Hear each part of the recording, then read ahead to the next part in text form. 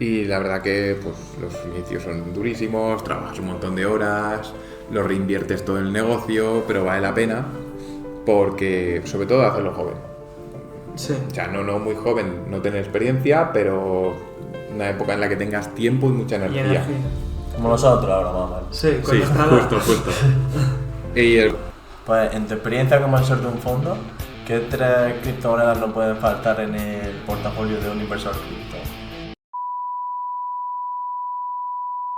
creo, como lo vivo, si no te has divertido en el camino, el premio no vale la pena.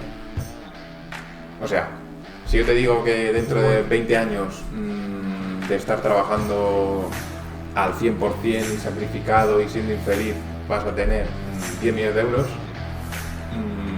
cuando los tengas, es que no te va a haber valido la pena, no te merece. Claro. Porque al final Vale la pena intentarlo de otra manera en la que a la vez seas feliz aunque tengas un porcentaje de fracaso. como que surgió la necesidad del nacimiento de Bitcoin. Pero hablas todo el rato de Bitcoin de manera impersonal. Dices, Bitcoin nace, Bitcoin se crea. Pero tú nos podrías decir, porque sabemos que hay mucha polémica, bueno, mucha habladuría al respecto, ¿quién creó Bitcoin? Entonces, por eso cada vez el rico es más rico y el pobre es más pobre.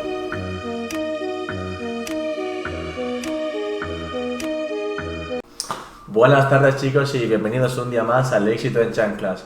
Hoy tenemos un invitado muy especial de un sector que todavía no hemos traído al podcast El Éxito en Chanclas, como puede ser el sector cripto. Sectores de inversión sí que hemos traído, pero no cripto concretamente. Y tenemos con nosotros a Francisco Cuadros. Bienvenido, Francisco. Muchas gracias. ¿Qué tal todo? Y chicos, Francisco es Investment Principal en Tritemius. Para el que no entienda nada, Francisco es CFA y es asesor financiero, pero bueno, defínelo tú, Francisco, que eres el especialista. Bueno, básicamente asesoramos a fondos de inversión cripto con estrategias de inversión. Estos fondos están fuera de España y bueno, el grupo es Tritemius y hacemos muchas más cosas. También tenemos un Venture Capital y tenemos Tritemius Labs, que están también en consulting y otros servicios de desarrollo y de nuevas startups y demás. Muy interesante, todo lo que es el ecosistema cripto. Sí. Vale. ¿Arranco? No, arranca. No, iba a decir que vamos a centrarnos sobre todo en lo que haces tú en Tritemius, porque como lo empecemos a desglosar todo, ya Sí. Nuestras madres no se van a enterar y va a ser esto un desastre. Bueno, queremos que esto sea una pequeña charla de educación financiera y centrada en las cripto. Entonces, Francisco, te pregunto la primera pregunta: ¿qué son las criptomonedas? ¿Cómo las definirías tú? A ver, hay algo que hay que entender desde el principio, es que mucha gente mete las cripto en el mismo saco y no es así. Es como, ¿usted invierte? Pues, ¿en qué? Hay muchas cosas diferentes y las cripto tienen muchas diferencias entre sí. Entonces, por un lado tenemos a Bitcoin, que no tiene nada que ver con el resto. Por otro lado hay stablecoins, que son dólares o euros que están tokenizados y que siempre valen un euro o un dólar, no hay más. Luego tenemos tokens de proyectos cripto, como pueden ser pues, el token de Ethereum, el token de Solana, o sea, muchos proyectos. Y luego tenemos meme coins, que son básicamente como coleccionables, es un poco como quien invierte en cartas Magic, para Sí. que la gente lo entienda. Y luego también tenemos NFTs. Pero los NFTs son tokens no fungibles. ¿Qué quiere decir esto? Son tokens únicos. Por ejemplo, el cuadro de Picasso es un único fungible. y si se tokeniza, pues sería un activo único, es irreemplazable, que no tiene nada que ver con el resto. O la casa de la playa de tu madre, pues sería otro activo único, irreemplazable, que tiene unas características y que solo hay una unidad de ese activo. Vale, entonces ha hecho diferenciación entre bitcoins, altcoins, meme coins y stablecoin, ¿no? Y luego hemos metido aparte los NFTs, ¿no? Sí, correcto. Vale. Pregunta principal: ¿qué es Bitcoin, Francisco? Bitcoin es el mejor colateral que existe. Entonces, venimos un poco para que la gente se ponga en situación de la crisis del 2008, donde los bancos por malas praxis acaban quebrando muchos de ellos y entramos en una grave recesión llamada Great Financial Crisis, o sea, la gran crisis financiera. Y a partir de todo eso se empieza a crear dinero nuevo que crean los bancos centrales para rescatar a los bancos que eran tan importantes en la economía que no se les podía dejar caer o no se les podía dejar quebrar porque se llevarían consigo el dinero de la gente. Y a partir de ese momento el panorama es, vale, hemos utilizado recursos públicos para rescatar a bancos privados. Bien, eso no tiene mucho sentido, pues se hizo. Y entonces a raíz de eso nace en el 2009 Bitcoin como una protesta ante la mala praxis de estos bancos centrales. Entonces Bitcoin nace como un equivalente a... realmente es como Internet Cash o otra forma de efectivo de Internet, pero realmente el papel que está encajando es el equivalente a un oro digital. Eso te iba a decir. ¿Por qué? Mucha gente no lo sabe, pero no tiene todavía la idea quizá antigua de que los bancos centrales es que tienen oro para respaldar el dinero. Pues no, o sea, no tienen oro. El oro que tienen respalda el 1% del dinero que hay. O sea, no está colateralizado. Eso se acabó en 1971, cuando el presidente Nixon derogó el patrón oro. Sí. Desde entonces, el oro cotiza como tenga que cotizar y el dólar va por libre. Entonces, en el futuro, mi opinión, no deja de ser una opinión, no es consejo financiero, es que Bitcoin tiene cualidades que se asemejan mucho a un oro, pero con unas ventajas digitales, de forma que es auditable en tiempo real, se puede verificar la cantidad de Bitcoins, la oferta de Bitcoins que va a haber está totalmente planificada y se puede ver claramente, está programada, como es un programa y no se puede cambiar, y es ultra seguro, hay la que hay. Y va a haber la que va a haber, no hay más. Mañana descubren en Colombia una nueva mina de oro que tiene no sé cuánto, pues el precio puede, por la oferta y demanda, impactarse.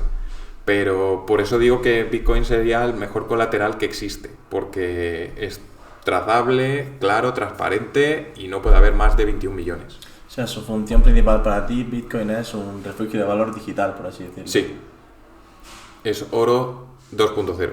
Vale. ¿En qué año se termina de minar Bitcoin? En el 2144. 2144. A partir de ese momento, los mineros o los equipos que validan todas las transacciones de Bitcoin, que hacen todo el ecosistema tan seguro, vivirán solo de las comisiones. Indistintamente, ya cada año se mina menos Bitcoin, ¿no? Ya se sabe de aquí a 2144 cuántos Bitcoin nuevos. Correcto. Es que hay un evento que se llama halving, ¿sí? Que ocurre cada 4 años, aproximadamente, no es exacto 4 años, pero casi. Y lo que ocurre tras ese evento que se llama halving es que las recompensas que se reciben por minar Bitcoin o por validar esas transacciones de la red y dejarla, o sea, seguir manteniéndola ultra segura, es reducida a la mitad. Se baja a la mitad. ¿Qué ocurre entonces? Claro, los mineros están trabajando minando Bitcoin, reciben esas recompensas y para pagar la luz, los gastos, el hardware, el mantenimiento, pues ya dejan de ser mineros. Son grandes compañías americanas que cotizan en bolsa o en otras jurisdicciones las que lo están haciendo, o sea, profesionalizado mucho. Sí. Son básicamente mega data centers. Sí. Y como se reducen sus recompensas, la cantidad de bitcoins que venden para pagar los gastos es menor. Claro. Entonces la oferta y la demanda. Si la demanda no cambia y la oferta baja, ¿qué ocurre? Que el precio sube. Bien, si el precio sube, validas aún más la tesis de que Bitcoin es refugio de valor. Por lo tanto, hay más demanda de Bitcoin cuanto más alto está su precio, porque más claro está que es refugio de valor. Y entonces eso crea pequeños ciclos alcistas y bajistas muy marcados. Ese efecto está empezando a desaparecer porque respecto a todos los bitcoins que hay, lo que se mina ya empieza a ser una parte mucho más pequeña, pero al principio, cuando nació Bitcoin, que había muy pocos en circulación, estos vaivenes del mercado generaban burbujas. Vale, ¿y por qué Bitcoin tiene tanta volatilidad? Por eso que te estaba comentando, cuando hay un halving y al principio había poco circulante o pocos bitcoins circulantes, si las emisiones de bitcoin se reducían de golpe a la mitad, la demanda era la misma, la oferta caía, por tanto el precio sube.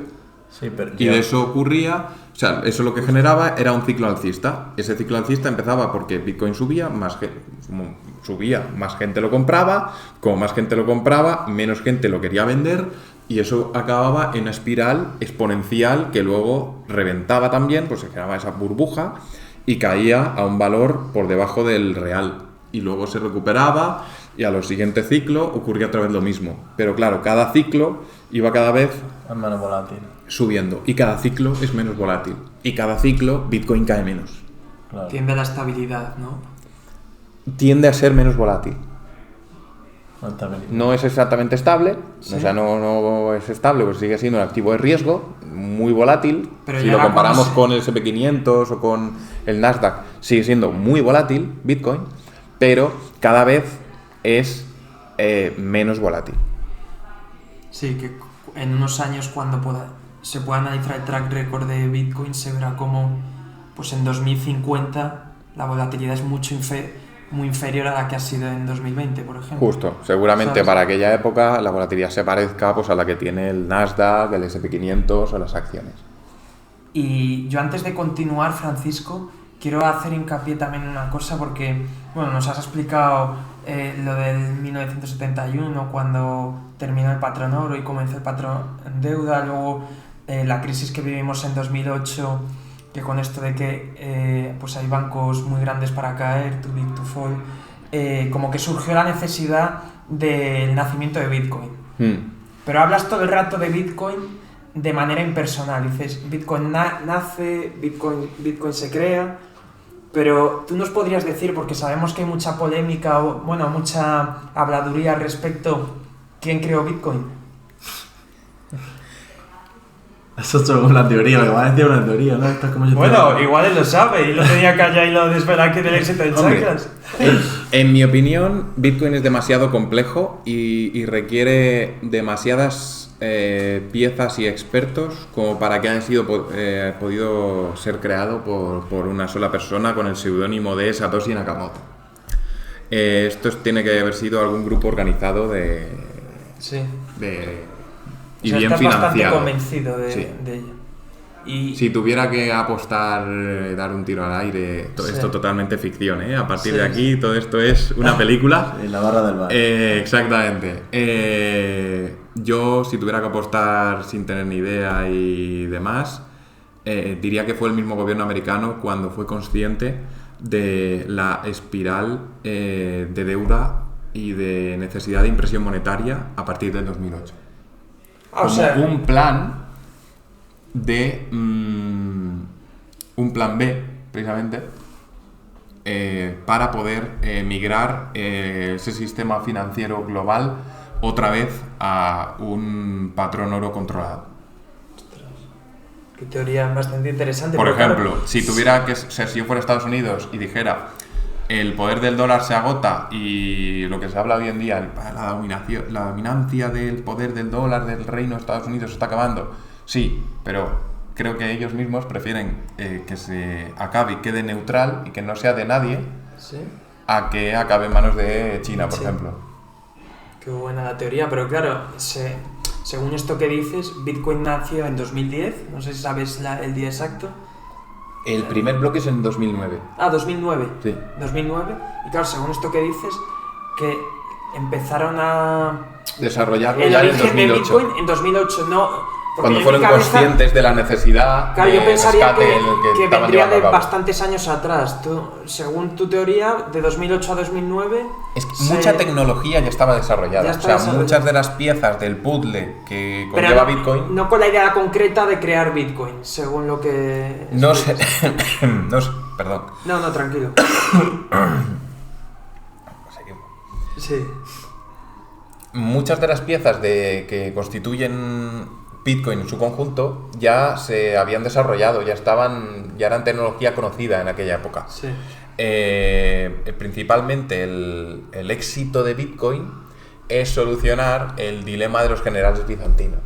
Es un dilema teórico-matemático de teoría de juegos, que no viene al caso, pero básicamente soluciona un problema. Y ese problema es, vale, si esto es una red descentralizada, ¿cómo sé que tú, con tu Bitcoin, estás pagándole a él y no me estás pagando con el mismo Bitcoin a mí también, a la vez? O sea, evitar el doble gasto, es decir, que tú me pagas con un Bitcoin 2 veces. Para evitar eso, se crea un sistema que es el tema de los generales bizantinos y demás, pero básicamente cada vez que tú haces una transacción en Bitcoin, todo tu Bitcoin, aunque tengas 10, salen los 10, todo, ¿vale? 1 va a él y 9 vuelven a ti. De manera que también nunca tienes el problema de que se creen nuevos Bitcoin. Vale. Pero esta parte la podemos borrar porque es como muy técnica también y a la gente se le va a ir la olla.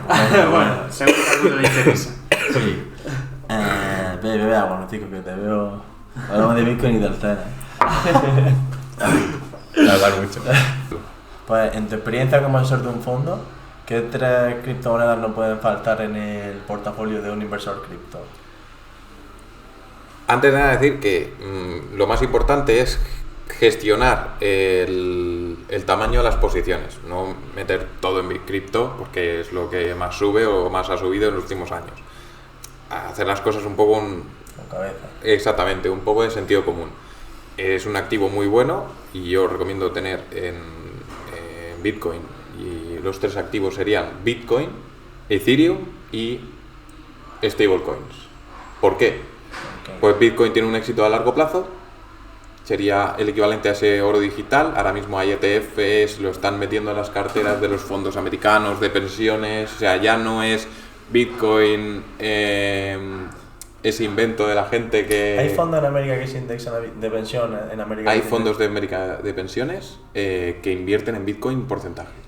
Ah, no lo sabía. Sí. De hecho, por ejemplo, Fidelity, que es como para que la gente no lo conoce, es como el Banco Santander de allí, en sus carteras de largo plazo para los jubilados, ya mete entre un 1 y un 5% en Bitcoin. O sea, hay gente que no quiere y no tiene por qué hacerlo, pero se recomienda.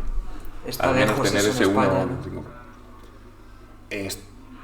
En España la regulación va un poco por detrás, porque los bancos españoles son muy conservadores, son muy buenos gestores del riesgo también, gestionan el riesgo muy bien, entonces actúan más tardíamente que los americanos, pero también es verdad que cuando lo hacen lo suelen implementar bien, con bastante seguridad. Entonces se puede decir que está lejos todavía. Está empezando a estar más cerca cada día. Sí. Ya podemos ver, por ejemplo, fondos de criptomonedas en España. Lo que pasa es que no son fondos para el público, porque para eso necesitamos que la regulación le dé todavía una vuelta más. Pero no tardará mucho. ¿En BBVA puedes comprar un ETF de Bitcoin o algo que simula el precio? Correcto, sí. ETPs o ETFs Sí. hay de No Bitcoin. sabía. Sí. Entonces, los 3 activos que no deberían faltar en una cartera para mí son Bitcoin, Ethereum y stablecoins. Bitcoin porque es la criptomoneda por definición, la más valiosa y que tiene más confianza también en fondos americanos.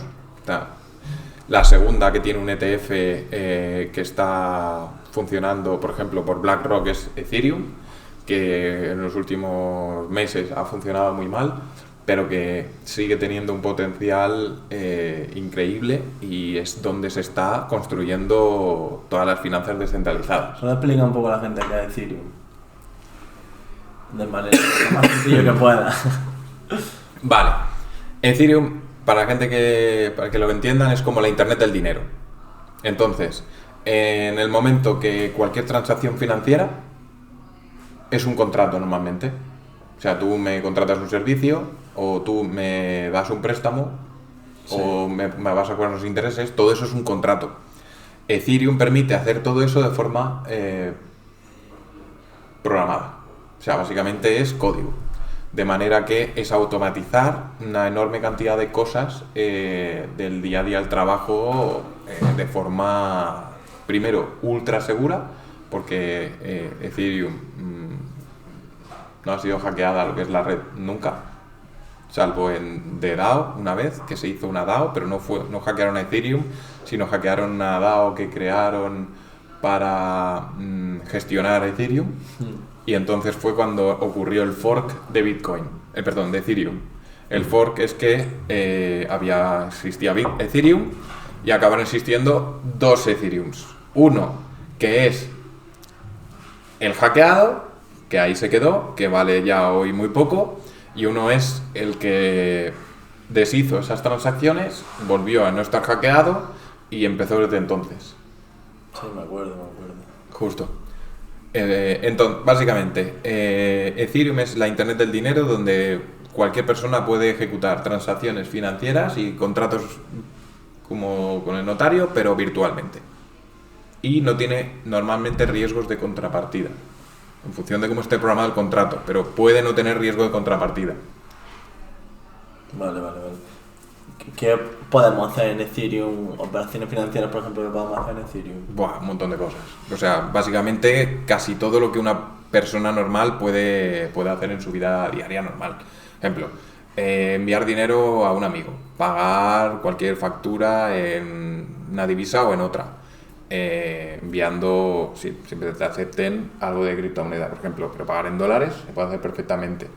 Coinbase ya tiene terminales TPV donde en las tiendas se puede pagar en cualquier criptomoneda. ¿Ah, sí? Sí, se llama Coinbase Merchants. No sabía. Y soluciones de pago ya empieza a haber, y con costes súper bajos, muy competitivos. Podéis poner a lo mejor algún off topic, podemos poner a lo mejor hay algún anuncio de Coinbase donde aparece la gente pagando. Y son anuncios muy chulos, porque aparece el típico granjero, dice, este granjero en medio de la nada aquí en su rancho no quería cripto ni le importa una mierda. Y ves al granjero que tiene una tienda de huevos o un bar o lo que sea, y empiezan a cobrarle el banco 50 pavos todos los meses por el TPV. Y dice, granjero no conocía cripto hasta que lo conoció.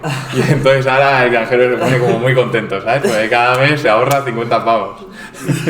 Ese tipo de cosas es muy bueno el anuncio. Lo buscamos. Entonces, cosas que se pueden hacer en Ethereum, pues cualquier cosa, desde a enviar dinero a conocidos o a wallets, a cambiar un activo por otro, invertir, dar liquidez al mercado para generarte unos beneficios pasivos. Por ejemplo, depositando dólares en una pool de donde das préstamos. Y esos préstamos los utiliza un tercero que te ha puesto de colateral o de prenda un Bitcoin.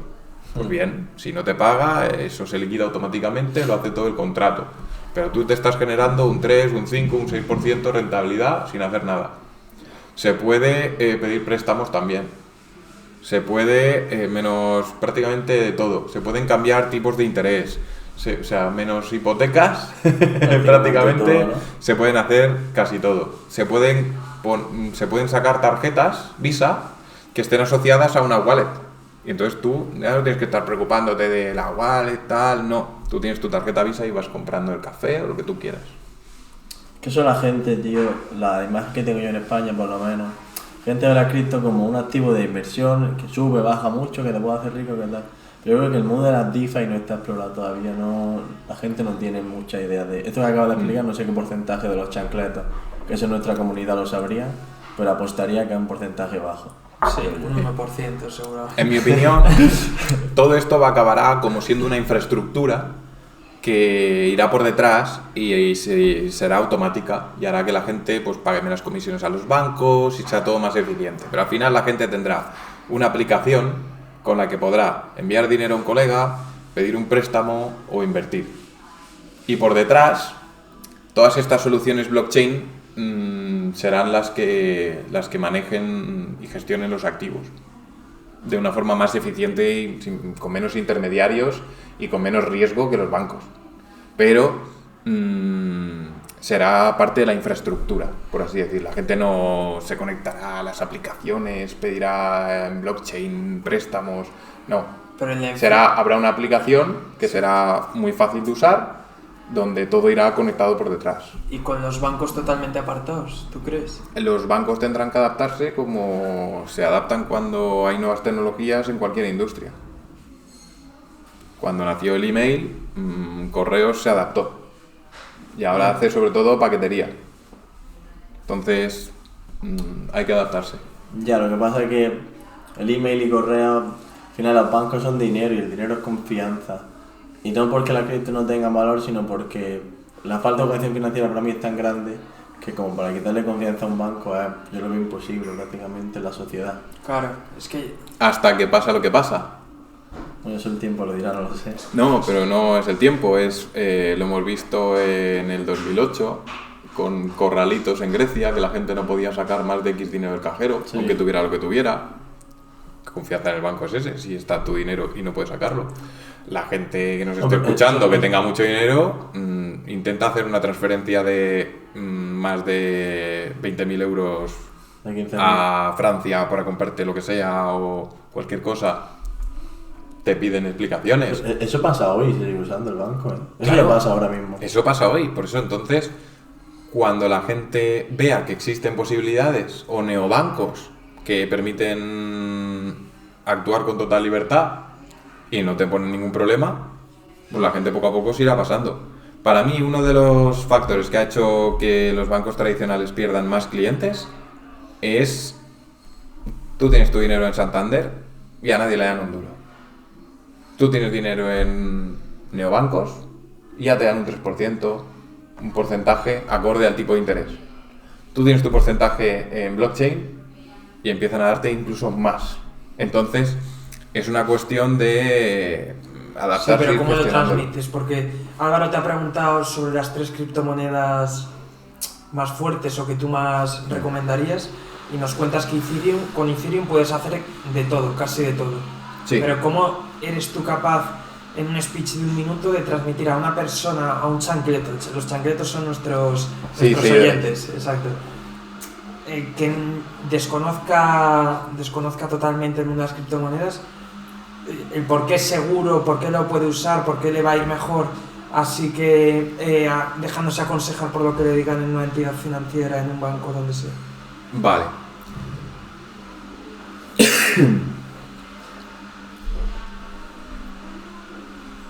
Podemos discutir la seguridad o no que tiene un banco por ejemplo,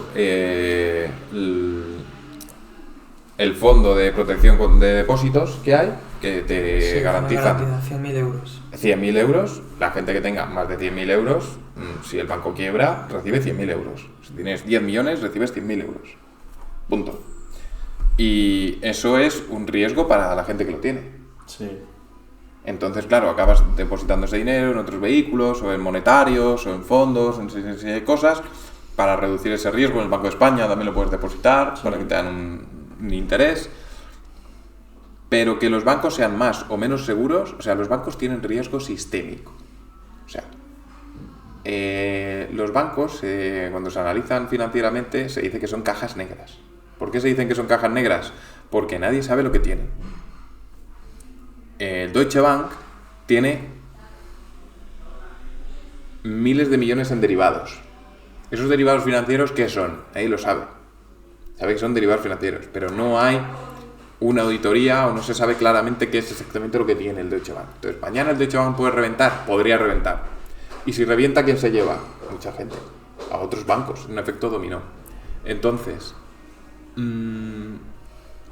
que los bancos sean más seguros o menos seguros, creo que es algo que ya está probado. No son seguros. Y la prueba está en la crisis del 2008, la prueba está en los corralitos que ha habido en un montón de países. Afortunadamente en Europa, en Estados Unidos, no ha habido últimamente. La prueba está cuando reventó el Silicon Valley Bank, por ejemplo, que tuvo que ser rescatado. Entonces, los bancos tienen riesgo de contrapartida. Bitcoin no tiene riesgo de contrapartida. Las stablecoins no tienen riesgo de contrapartida las stablecoins tienen también riesgo de contrapartida, que es el emisor de esa stablecoin. Por ejemplo, una stablecoin que es USDT tiene de contrapartida a Tether. Tether colateraliza 150.000 millones que hay de Tether en letras del Tesoro americano. Entonces, eso es otra dinámica. Cuanto más Tether hay, más letras del Tesoro le compran a Estados Unidos, más contento está Estados Unidos también. Sí. Están monetizando la deuda. Pero me he ido por... No importa. Sigue, por el... He ido por los cerros de UDA. La pregunta era, ¿cómo explicas a alguien que no sabe Ethereum por qué Ethereum? ¿Por qué Ethereum? Porque es una red neutral, ¿vale? Es una red transparente y es una red auditable. Es una red donde es altamente segura porque hay unos nodos que depositan dinero. Entonces, se llama Proof of Staking. En Bitcoin hay mineros que gastan una enorme cantidad de electricidad y de computadoras de inversión en hacer cálculos para hacer la red segura y a cambio reciben Bitcoins.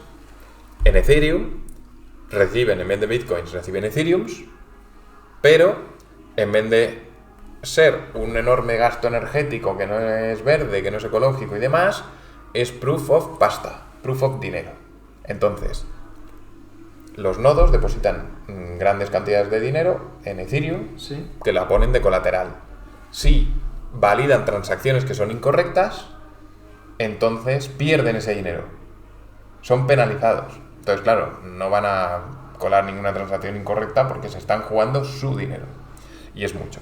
Entonces, claro, cuando te encuentras con más de 20.000 millones de dólares como distribuido entre todos los nodos, validando esas transacciones, pues no hay incentivo a validar nada que sea incorrecto. Entonces, por eso es Ethereum tan segura.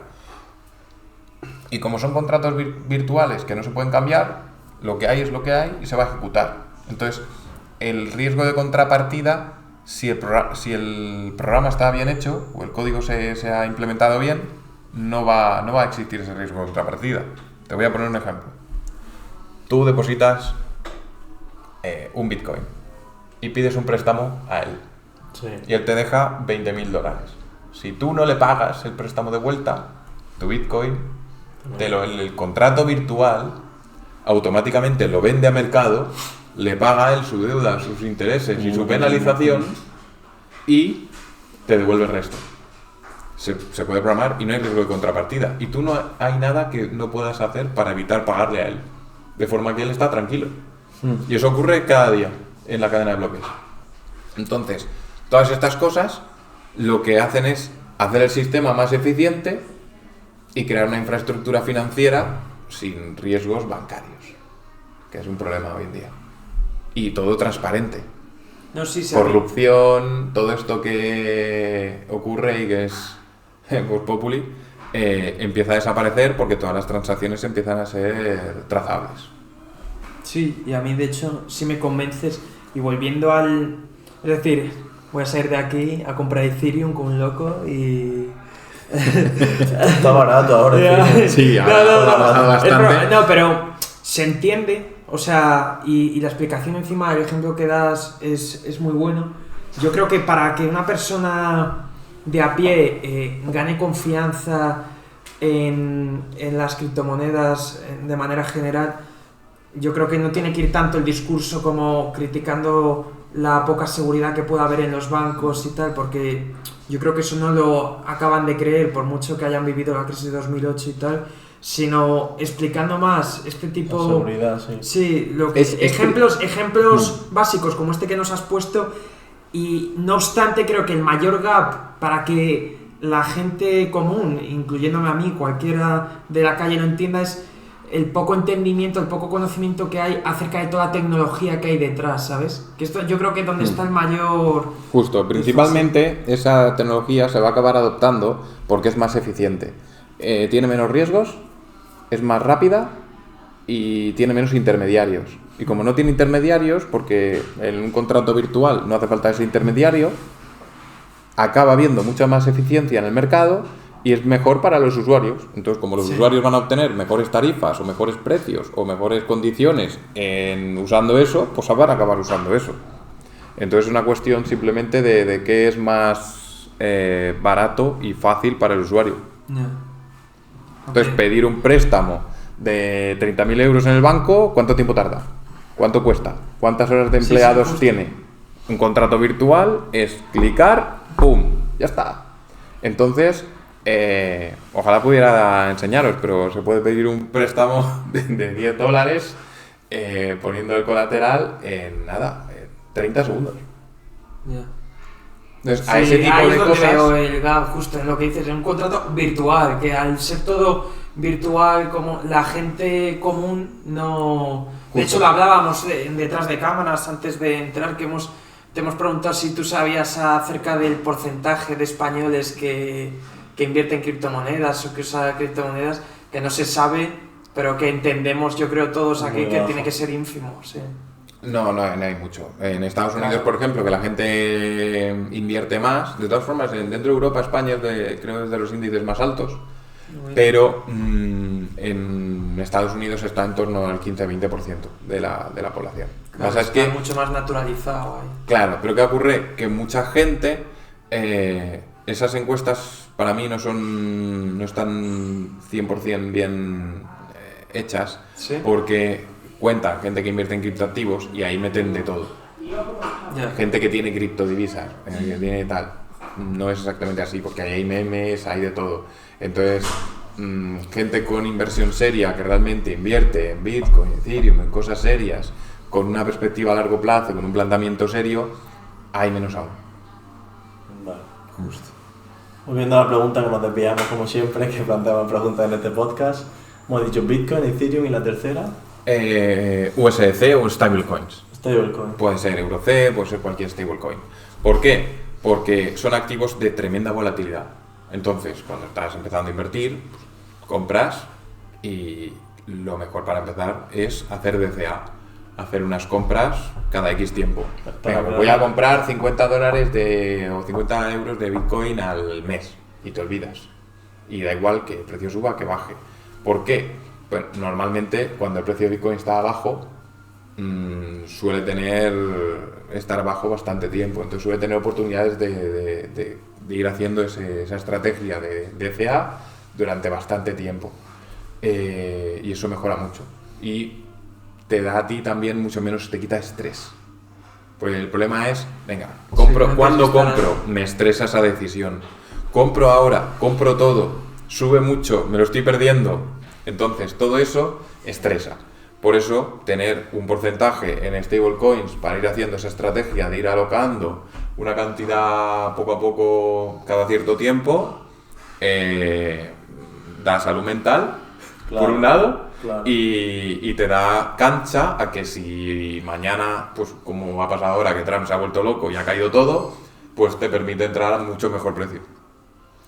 Por recordarle a la gente, a los oyentes, las stablecoins son monedas que valen 1 a 1, digamos que es como una especie de euro o dólar digital, ¿no? Que Correcto. está validado por €1. Y el DCA son simplemente pues transacciones que van haciendo periódicamente, ¿no? Sí, Que vas es en promediando- inglés Dollar Cost Averaging, que básicamente es promediar el precio de compra haciendo una compra cada X tiempo. Puede ser cada mes, cada semana o cuando tú estimes. Perfecto. Te iba a preguntar qué pronóstico tienes respecto al mundo cripto con Trump. Lo que pasa es que es complicado, ¿no? Porque a veces ahora aranzales, ahora no aranzales, ahora tal. Yo escucho a diferentes especialistas y es un poco vaticinar Claro, a el ver. futuro. Perdón. A ver, cuando comentas lo de Trump, hay que dividir dos cosas. Una cosa es la nueva regulación, que es súper positiva y a largo plazo va a ser muy beneficiosa para cripto, porque permite evolucionar mucho el ecosistema, permite seguir creando muchas startups, permite evolucionar el uso de stablecoins y naturalizarlo, dejando que sean medios más eficientes de pago. O sea, hay muchas cosas que esa regulación va a traer consigo que son muy positivas. Y otra cosa es la macroeconomía, que si Trump pone aranceles y la macroeconomía se cae, pues lógicamente todos los activos de riesgo se caen con la economía. Claro. Pero eso no tiene nada que ver con la regulación de cripto. O sea, una cosa es qué regulación o qué panorama legal se está adoptando en el uso de criptos dentro de Estados Unidos, ¿No es positivo? que es muy positivo, y por otro lado es que a corto plazo está habiendo una volatilidad en los mercados y unas caídas muy importantes derivadas de la incertidumbre de los aranceles, de qué va a pasar, de esta crisis de comercio. Entonces la gente no se tiene que preocupar, ¿no? No, para nada, porque es verdad que ha habido épocas en la historia en las que ha habido pues caídas en bolsa que no se han recuperado hasta que han pasado 8 o 10 años, pero eso ha pasado 2 veces en la historia, de 130 años. Entonces, claro, normalmente ser positivo en inversión suele traer mucho mejor resultado que ser negativo. Entonces, cuando vemos niveles de miedo y demás, la probabilidad de que ganes dinero invirtiendo ese día es mucho más alta. Justo, bueno, pues ahí queda. Sin ser consejo de inversión, eso sí que... No, son datos matemáticos. Sí, o sea, cuando inviertes, cuando hay en el titular todo se va al garete, es cuando se dan retornos muy buenos. Sí, compra el pánico, ¿no? Y vende la noticia, ¿no? No sé cómo se dice. Buy the panic, sell the news. No lo había oído. Era compra el rumor, vende la noticia. Pero sí, comprar pánico suele ser buena idea. Vale. En cuanto a proyectos, ¿qué te ilusionen de cara a 2025? A ver, en general, el panorama de cripto en el 2025 está teniendo una tendencia muy hacia Bitcoin, porque empiezan a hablar de la reserva de Bitcoin de Estados Unidos, Sí. empiezan a los bancos a poder tener Bitcoin dentro de su balance, hay compañías que están empezando a comprar Bitcoin, por ejemplo GameStop. GameStop hizo muchísimo dinero con esos movimientos tan bestias que ha tenido la acción, y GameStop está comprando Bitcoin. Una compañía japonesa está comprando Bitcoin. En el balance del Banco Central de Suiza están incluyendo MicroStrategy como una compañía más relevante dentro del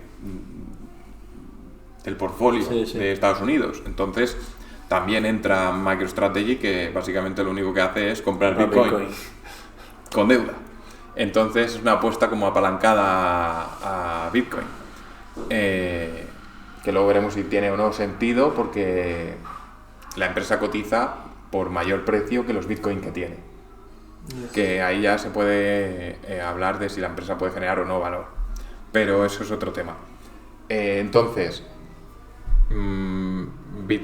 este año es muy Bitcoin, y en un momento que para los activos de riesgo se solucionen los problemas temporales que está habiendo con la macroeconomía, con Trump, con los aranceles, con el rolo de la deuda. Estados Unidos tiene una deuda de 36-37 trillones. Ya. Casi 30 veces el PIB de España. Y eso no va a ir hacia abajo en principio. Claro, pero el problema es que de esos 37 trillones, 9 hay que pagarlos este año. Y el problema que tiene Trump es pagar 9 trillones de deuda americana este año y convertirlos en deuda a largo plazo y pagar unos tipos de interés más bajos, porque ahora el tipo de interés que tenemos está bastante alto. Para la deuda americana a 20 años está en el 5% casi.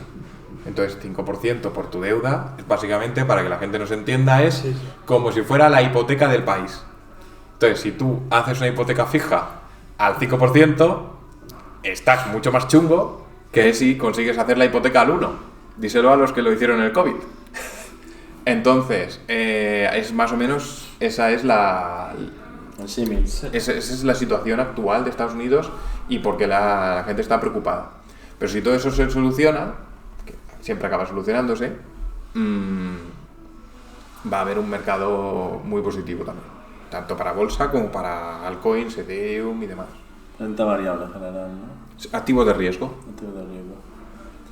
Vale, ¿algo más tú tienes, Javi, que No, decir? me salen muchas preguntas, pero como queremos tocar otros temas, Ya, no sé si tú sobre cripto o Bitcoin quieres preguntarle algo más. No, iba a pasar ya el tema. Vale, pues dale. Eres la primera persona que sentamos de un hedge fund aquí, y queremos preguntarte que cómo trabajar dentro de un hedge fund. Yo personalmente Un sueño que tuve de pequeño, ya lo tengo un poco más marcado. Entonces, ¿cómo un sueño trabajar en un hedge fund. Sí. ¿Cómo trabajaste dentro? ¿Qué nos puedes contar? Es muy divertido, es echar muchas horas, es estar muy conectado al mercado en todo momento, porque cualquier noticia, cualquier cosa que ocurre en cripto es especialmente estresante porque son mercados que no cierran nunca, 24/7. Un domingo a las 3 de la mañana el mercado puede empezar a caer.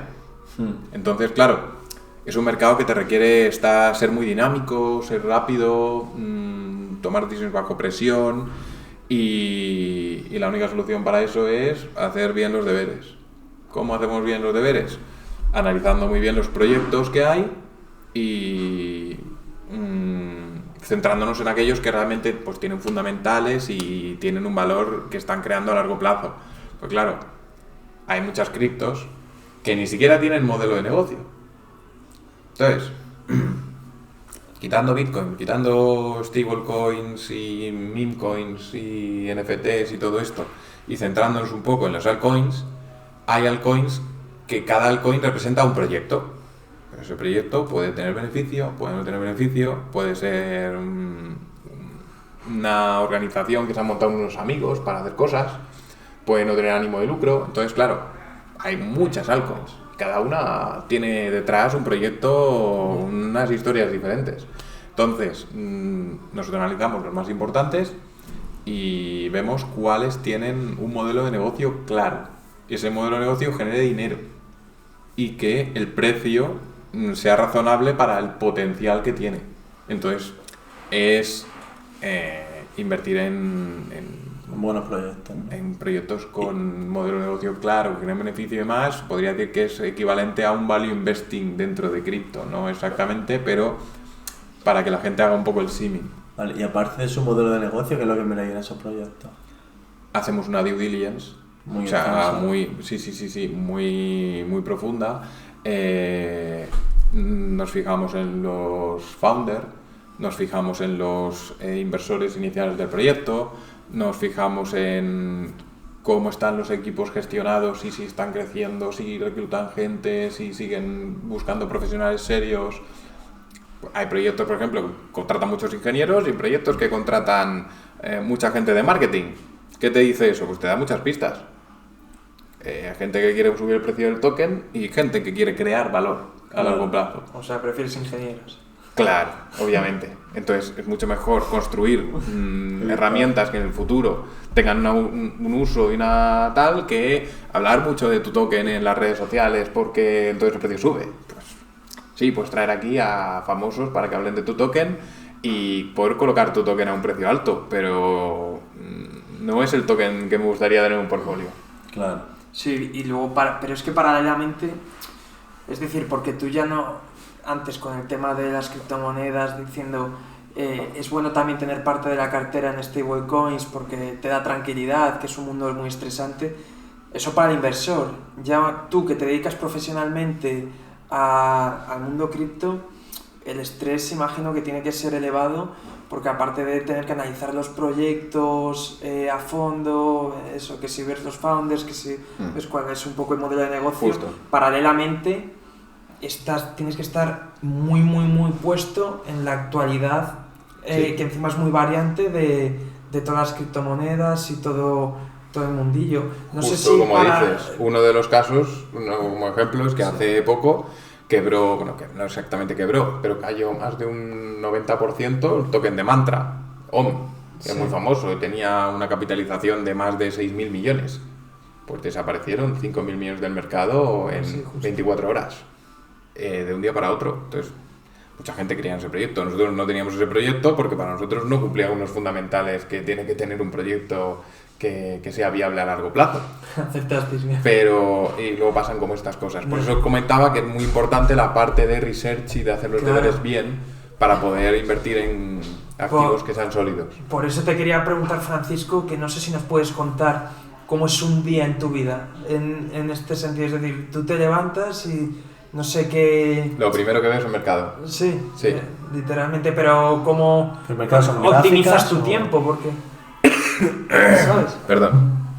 Para que nos lo podamos representar un poco, eso, cómo ves el mercado, porque al final es tanto lo que tendrás que estudiar que para hacerlo de manera óptima, cómo te organizas, cómo... Hombre, tengo mi kit de herramientas y mis modelos, entonces lo primero que hago, me levanto, veo el mercado. Está tranquilo, ha pasado algo, si ha pasado algo ya directamente me voy haciendo el café mientras enciendo el ordenador. Si no ha pasado nada, hago mi rutina normal, tranquilamente, voy viendo si tengo algún correo, tal, me preparo, llego a la oficina y ahí ya con el resto del equipo seguimos haciendo el día a día. ¿Cómo es el día a día? Pues primero, pues lo típico, actualización de las posiciones, vemos los indicadores, si ha cambiado alguna cosa, vemos las gráficas. Mi compañero Sacha es muy trader, muy técnico y siempre está pegado al mercado, más que yo incluso. Y vemos si ha cambiado algo. Entonces vemos ya directamente noticias y repaso siempre de si ha habido alguna noticia de algún proyecto. Por ejemplo, si ha sacado una nueva propuesta, si hay alguna actualización en algún proyecto, si ha salido alguna regulación relevante en algún momento. Entonces, a no ser que haya que descartar alguna tesis por algo de peso, entonces nos reunimos y lo discutimos. Pero mientras tanto es darle seguimiento a las posiciones y ver que, sobre todo, el comportamiento técnico o en el precio de Bitcoin no... claro, Bitcoin es el que mueve el mercado, básicamente. Entonces, mientras el precio de Bitcoin esté yendo bien o no haya señales de pánico o de caídas, pues tampoco mucho que hacer. Vale. Es ir sobre todo cada día haciendo los deberes y para cuando pasan estos pánicos, estos tal, pues se hagan oportunidades de entrada y sobre todo nunca vender en pánico. Vale, no, interesante. Claro, lo que no tienes es por la noche alarmas cada 2 horas a ver cómo está Bitcoin, a ver si me dan lía y no me deja Eso dormir. lo tiene más mi compañero. Tu compañero es cada... Claro. Qué bien, qué bien. Pues no sé, Álvaro, si tienes alguna duda más al respecto. Te han llamado muchos clientes ahora con lo de Trump y tal, diciendo, Francisco, ¿dónde está mi dinero? No, no pasa eso. Entiende que cuando invierten, entienden. Sí, pero bueno, muchos, cuando pasó todo esto, muchos hay amigos también, muchos familiares te llaman y dicen, ¿qué ha pasado con esto? Cuéntame, tal. A ver, es que es impredecible, ¿no? Una cosa es, para que la gente lo entienda, o sea, si Trump habla y el mercado cae y se crea una incertidumbre y un miedo que empieza a que todo el mundo a vender, pues si el S&P 500 cae un 10%, el Nasdaq cae un 20%, Bitcoin cae un 30%, los otros activos caen mucho más. Yeah. Pero es la volatilidad normal del mercado, no es nada ni nada extraño, ni nada raro, ni se va a acabar el mundo. Yeah. Normalmente cuando la gente dice se va a acabar el mundo, es un buen momento. La última fue en el COVID. Yeah. Y... vale. Y luego cambiando un poco el rumbo, Francisco, nos contabas antes detrás de cámaras que antes de dedicarte a todo este mundillo también tuviste tu momento como tu etapa de emprendedor. ¿Qué hacías? ¿A qué te dedicabas? Sí, a ver, era una época en la que yo era más joven y decidí aprovechar una oportunidad que me surgió con mi hermano mayor y montamos una empresa de un e-commerce de turismo. Y la verdad que pues, los inicios son durísimos, trabajas un montón de horas, lo reinviertes todo en el negocio, pero vale la pena porque, sobre todo, hacerlo joven. Sí. O sea, no muy joven, no tener experiencia, pero una época en la que tengas tiempo y mucha energía. Como nosotros ahora, más o menos. Sí, con sí, nuestra edad. justo. Y para mí es una experiencia muy recomendable, que la gente debería vivirla. Sí, ¿y qué tal os fue? ¿O cómo fueron después de ese inicio duro que comentas? Pues, ¿Conseguisteis tener tracción o no? ¿O cómo? Yo lo divido, la creación, no todas las empresas son iguales, pero yo la mía la dividí en 3 etapas. La fase de creación, que es la más dura, trabajas 14 horas al día, no cobras una mierda, los empleados que tienes cobran más que tú y durante 2 años estar así. Yeah. Y es dedicación pura y dura y es como gestar un hijo. Luego ya la fase de crecimiento, que es cuando ya tienes una masa crítica lo suficientemente sólida como para empezar a crecer, y empiezas ya a contratar a más gente, a ver beneficios, a palpar, un poco ver cómo el negocio se va desarrollando. Y por último, la fase de automatización. Esa es la fase en la que hay que empezar a delegar. Sí. No puedes llevarlo todo tú. Hay gente más lista que yo 1000 veces y que hace mejor que yo casi todo. Pues buscas a alguien que hace mejor que tú la parte de contabilidad. Venga. Hay gente que hace mejor que yo la parte de recursos humanos, la parte de ventas, la parte de marketing. Y vas delegando poco a poco las tareas y vas automatizando la empresa. Y la idea es convertirte en un gestor, un decision maker y hacer lo mínimo posible. Es un poco el objetivo, orquestando que todo se haga automáticamente y a ti te reporten. Y vas haciendo una pirámide. La pirámide va creciendo poco a poco. Entonces, si tuviera que decir puntos así clave que a mí me ayudaron mucho a tener éxito, fue fe ciega en el proyecto, o sea, dedicación completa. Sí. Qué bueno. Solo existe la empresa y... Solo existe la empresa literal, sí. Ni vida personal apenas, sí. ni nada. O sea, no había vida personal. ¿Cómo? ¿Vida? ¿Amigos? ¿Que tienes amigos? No, véndelos. No es así. Ya, pero eso lo cortáis luego. Se entiende. Pero vida personal, no vida personal. Ahí la empresa es la prioridad porque si no, no se come. Porque tú ya estás en una situación en la que cobras menos que los empleados. O sea, ya vas así. Y que crezca y que tenga éxito es una prioridad. Y eso te deja en una situación en la que o tienes éxito o tienes éxito. Y ya si no tienes éxito así, directamente cierras, pasa en muchas compañías. Y otro de los factores que yo creo que nos ayudó mucho fue el equipo humano. O sea, rodearte de gente muy válida y muy bien, que los incentivos estén muy bien alineados. O sea, si un empleado hace bien las cosas, pagar en consecuencia. Incentivar al empleado que se involucra, a la gente que apoya el proyecto. De esa forma se deja de ser una empresa y se convierte más como en un equipo. Ya. Entiendo que dices incentivar económicamente con salario variable o sobre todo... No siempre es económicamente, ¿sí? La mayor parte de las veces sí, porque la gente lo quiere es pasta. Pero hay veces que hay gente que prefiere, pues mira, un horario más flexible. O tengo niños en casa y tengo que estar pendiente de ellos. Déjame teletrabajar. Vale. Déjame tal. Y para eso, ¿qué necesitas? Sistemas para poder medir cómo los empleados funcionan. O sea, si tú tienes un sistema informático, automático, donde tú puedes ver quién lo está haciendo bien, quién lo está haciendo mal, los resultados son los resultados. ¿Cuántos trabajadores llegaste a tal empresa? 52. 52. Eso significa que la tercera etapa esta de automatización que has denominado, si llegaste, que ya más o menos eras una especie de gestor. Sí, empezamos ya en esa etapa a empezar a delegar funciones y a hablar con fondos de inversión y demás para hacer crecer más la compañía y delegar aún más la visión y el futuro de la compañía. Desafortunadamente pues llega el COVID y se acaban las negociaciones y por fuerza mayor la empresa pues como muchas otras durante esta época de COVID no puede continuar operaciones. ¿Y cómo? Porque la empresa era de turismo, ¿no? ¿Has dicho? Claro. Sí. Entonces... Y además en esa época pues cada país tenía sus regulaciones, sus restricciones, las restricciones cambiaban cada día, cambiabas el destino de un viaje y entonces ya a la semana siguiente tampoco se podía viajar a ese destino. Sí, los proveedores que teníamos también acaban quebrando. Y eso... Entonces eso también te arrastra. Entonces básicamente entre una crisis de liquidez, una falta total de organización y muy poco apoyo por parte del sector público, pues totalmente un desastre.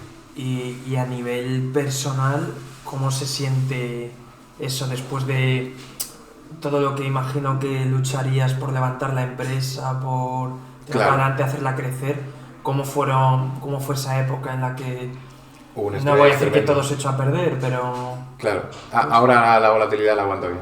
Ahora, claro, te ha hecho fuerte para ahora estrés, el Claro. mundo cripto, que va. Ya. Ah, es otra... Sí, me imagino. Y, sí, ya la última pregunta que te hago antes de que termines tú, pasemos a las preguntas, Vale. es, ahora que, como al final tú, Francisco, has estado en los dos mundos, has sido empresario y ahora eres empleado por cuenta ajena. ¿Cuándo has sido más feliz o cuándo has vivido más tranquilo? Son épocas diferentes, Sí. no se pueden comparar. No las puedes comparar. se pueden comparar. En No, una es que ahora época es tu trabajo. estás trabajando 15 horas al día y estás a gusto, porque te gusta, y ahora no podría volver a trabajar 15 horas al día durante mucho tiempo. Alguna vez lo hemos hecho aquí trabajando en Tritemius, hemos estado épocas en las que estábamos trabajando muchas horas al día porque hacía falta pues hacer un research o analizar una serie de cosas en un tiempo dado y había que adaptarse, pero no es lo normal. No es el mismo No, ritmo no, que no, cuando no es eres lo normal. emprendedor. Justo. Vale. Cuando eres emprendedor vas a la máquina, va al 100% todo el tiempo. No para. Y cada vez que paras, sabes que estás perdiendo. Y que estás dejando de crecer. Y que estás tal. Y que la competencia está encima. Y entonces es mucho más competitivo. Entiendo. También tiene qué más... Qué bueno, a ver. mucho qué? más upside o crecimiento, oportunidad de desarrollar capital. Vale, Claro. a nivel personal, ya. Sacrificar y que nadie te asegura llegar a ese punto que dices. Justo. También quizá, pues... De hecho, a son mí menos personalmente los que- te llena más. Pues Por ahí iba también mi pregunta. crear tu si propia te- compañía te llena te más llena más. porque dices, no, esto es algo mío, tal, esto lo estoy creando yo, esto tiene un futuro, le ves Sí. una proyección, te imaginas cómo será dentro de X años, es como gestar una criatura. ¿Y te imaginas emprender de nuevo en unos años? ¿O ya como que ese Nunca- capítulo no, lo has no, cerrado? no, nunca se sabe. Nunca digas se sabe. nunca, ¿no? Vale. No, muy bueno. Nunca digas nunca, justo. Bueno, pues igual aquí hay dos chavales jóvenes que empezarían contigo, ¿eh? Siempre, Francisco, terminamos con... Bueno, una pregunta que te vamos a dejar del siguiente invitado y otra pregunta que va a dejar para el siguiente invitado, pero antes de eso, preguntamos siempre por una película, un libro y una persona que te haya inspirado a lo largo de tu vida. Vale, vamos a dar una vuelta. Impresión.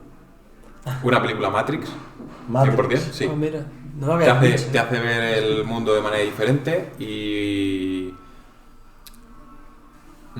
no ya pensar que estamos en una paradoja o que vivimos una simulación, sino buscar siempre un poco qué hay detrás de las cosas. Sí, cuestionarte las cosas. Sí, cuestionarte un poco más las cosas, eso creo que es una cualidad que va a hacer mucha falta ahora con todo el tema de la IA, por el hecho de que habrá gente que utilice la IA y se quede con lo que te da, y hay gente que cuestionas la IA, ¿sabes? Le preguntas, ¿y por qué me dices esto? Y de las fuentes que sacas, y ir un poco más allá. Es un poco lo que enseña un poco, creo, la moraleja detrás de Matrix. Y un libro... te puedo decir varios, pero si tuviera que... Si no te descantas por uno, pues soltando dos o tres, no pasa nada. Hay gente que no ha hecho libros que ni se ha leído, o sea, que imagínate. A ver, déjame pensar. Que tengo varios. Hay uno, por ejemplo, que yo lo recuerdo, que de no tener un pavo y estar totalmente con la cuenta al límite y vivir de salario a salario en aquella época y gastarme bastante dinero en comprarme un libro que me costó en aquella época 40 euros y se llamaba Todo el dinero del mundo. Y dije, a ver, estoy aquí sin un pavo, que mucha gente, veo que hay muchas oportunidades, vamos a aprender cómo cogerlas. Y me compro el libro. Y el libro te explicaba un poco la biografía de casi todos los billonarios del mundo. De cómo habían llegado, a cómo estaban, de sus estadísticas, de en qué se gastaba el dinero, cómo pensaban, por qué hacían lo que hacían. Y eso me dio un poco el cambio de chip de esto se puede hacer.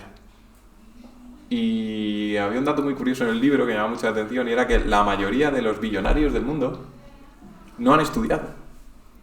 De hecho, cuanto menos han estudiado, más billonarios se han hecho. ¿Sí? Sí.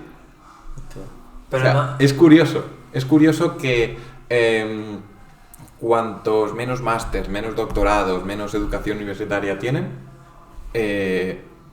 digamos que a lo mejor han sido más lanzados o más emprendedores Qué bueno. y han empezado antes y con más convicción o ahínco. claro. Quizá también con más necesidad. Puede ser. Además, en ese sentido, yo creo que incluso se podría debatir el concepto de estudiar, porque no han estudiado una formación reglada, universitaria como tal. Justo. Pues solamente en su día a día sean gente, o muchos de ellos muy estudiosos, sentido, pues como haces tú actualmente en tu trabajo, que estás constantemente viendo cómo está el mercado, el mundo cripto y tal, ¿sabes? Que es Gente algo con que- mucha inquietud, que no para y Sí. demás. No, pero muy bueno ese dato, ¿eh? Pues ahí queda el libro. La persona puede ser una persona en ámbito personal, profesional, un ídolo. Más que persona, es que no tengo ni No, puta nadie. idea. No se te ocurre nadie que... Satoshi Nakamoto, tal. Estoy pensando, A ver, en el curso de mi vida, gente que me haya influido. Así es que no hay nadie que sea como decisoria, ¿sabes? Vale, no, sí, no. Bueno, Te también- puedo decir la típica, ¿sabes? Pues alguien que o sea, si tuviera que decir una persona, diría mi familia, que siempre me ha apoyado desde el principio y que nunca me ha dicho, estás loco, no hagas eso, tal. Hombre, es importante, no todo el mundo tiene eso. Y la verdad que tener ese apoyo y alrededor, pues ayuda mucho, Sí, sobre desde todo cuando luego. emprendes. Desde luego. Bueno, Porque no siempre pasa, además. claro, O sea, eso voy, que no. Sí, sí, sí, no siempre Sí. pasa. Y nada, Francisco, ahora acabamos con la pregunta que nos dejó nuestro último invitado para ti. Y luego tú dejas una para el siguiente, como te ha dicho Álvaro. Bueno, yo no sé tú en qué punto te encuentras actualmente. Si, como decimos los jóvenes, estás en tu prime, en tu peak, en el sentido seguramente más profesional. Bueno, sí, juntando lo profesional con lo personal, no sé si estás en tu mejor momento, uno de tus mejores momentos, se podría decir, o... Sí, yo cerca. Lo podríamos calificar como Sí. que personalmente te sientes exitoso, por así... O que has llegado, sin criminalizar la palabra éxito, pero que, ya ves, lo tenemos como nombre del podcast, el éxito en chanclas. Pues en este sentido, nuestro último invitado nos planteaba que en tu trayectoria humana, tu trayectoria profesional también, ¿qué valoras más o dónde te has sentido más feliz? Si ahora que ya tienes un éxito con el que igual soñabas, o todo el proceso, incluyendo en el proceso pues cuando trabajabas 15 horas al día, cuando te llega el COVID y te manda la empresa donde te la manda, incluyendo todo el proceso, ¿dónde es más feliz? ¿Una vez alcanzas ese punto del éxito o todo el recorrido? Bueno, a ver, en el punto en el que estoy, pienso que todavía me queda muchísimo por aprender y por seguir desarrollando y que esto es una maratón en la vida y que es como un juego que no se termina Sí, y que cada día es algo nuevo, sobre todo en cripto, porque encima no paran de salir cosas, por eso me gusta cripto, la innovación, la tecnología, la IA, todas estas cosas me llaman la atención porque es un no parar, cada día es un nuevo challenge. Pero si tuviera que comparar, te diría una cosa, y es que creo, yo como lo vivo, si no te has divertido en el camino, el premio no vale la pena. O sea, si yo te digo que dentro de 20 años de estar trabajando al 100% y sacrificado y siendo infeliz vas a tener 10 millones de euros, cuando los tengas, es que no te va a haber valido la pena, no te merece. Claro. Porque al final... Vale la pena intentarlo de otra manera en la que a la vez seas feliz aunque tengas un porcentaje de fracaso. Vale la pena arriesgarse. Sí, seguramente porque al final lo que dices, han transcurrido 20 años y yo creo que al final, por mucho que hayamos hablado de Bitcoin, de oro y tal, el colateral más potente que tenemos seguramente es el tiempo, ¿no? ahí Sí. como reflexión que dejo. No sé si quieres añadir algo. No, ya sabes tú que la frase que me ha repetido en el podcast es que el activo más valioso que tenemos es el tiempo, sí. Así que... Sí, cierto.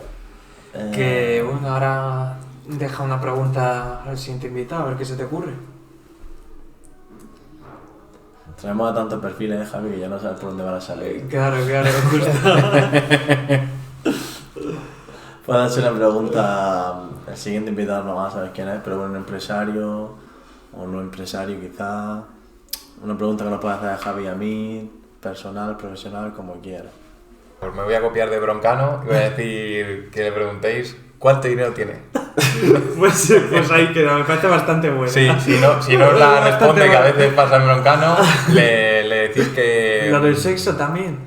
No, cuando no responden preguntan lo otro, así que... No, aquí como estamos hablando de éxito, preguntarle qué negocio emprendería. Vale. Si tuviera Perfecto. tiempo y recursos. Bueno, primero lanzamos la del sexo y luego la otra. Bueno, pues ya está, Francisco. Yo, por mi parte, muchas gracias por haber venido. Nada, un placer. Muy agradecidos, me ha parecido muy interesante, sobre todo un mundo que desconozco mucho y lo puesto que estás y tal me parece muy admirable también. Pues eso, cuando alguien tiene pasión por algo se le nota, yo creo que es tu caso por cómo lo explicas, cómo lo cuentas y espero que os lo hayas podido transmitir o que así lo reciban los chancletos. Y nada, muchas gracias. Nada, vosotros, por la invitación. Un placer, Francisco, y bueno, antes de despedir el podcast, pero ahora casi que prefiero que le hagan los invitados, así que si le quieres dar un último mensaje a nuestra comunidad, los chancletos, para decirle adiós o alguna... Pues no os dejéis llevar por la volatilidad ni por el FOMO y seguir viniendo a estos podcasts que valen la pena. Pues muchas Pues gracias. muchas gracias.